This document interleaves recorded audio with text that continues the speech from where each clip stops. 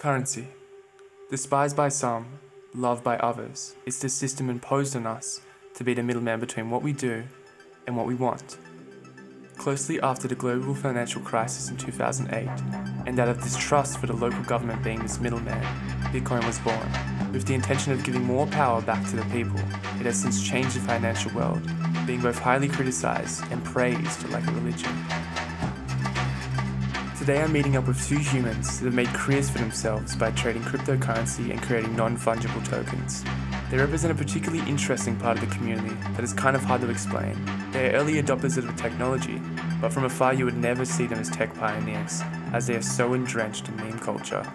I'm keen to hear what draws them to this space, and why they think understanding this technology is vital for the digital future.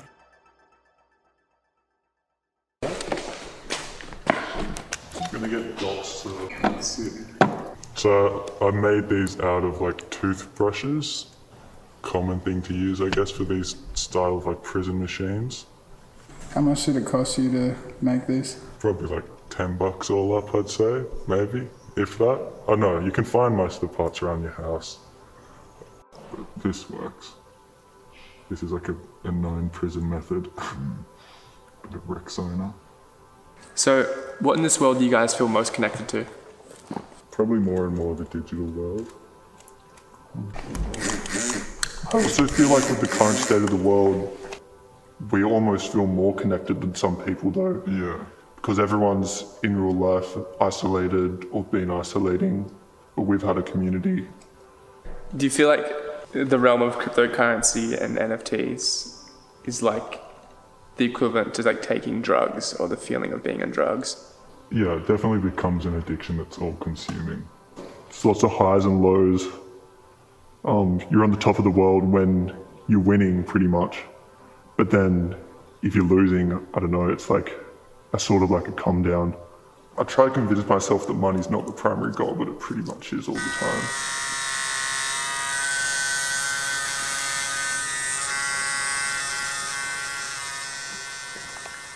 NFTs just, I don't know, shined out to me personally. Really make it there while creating. And like, cause I mean, a majority of the crypto space is pretty bro related, I'd say.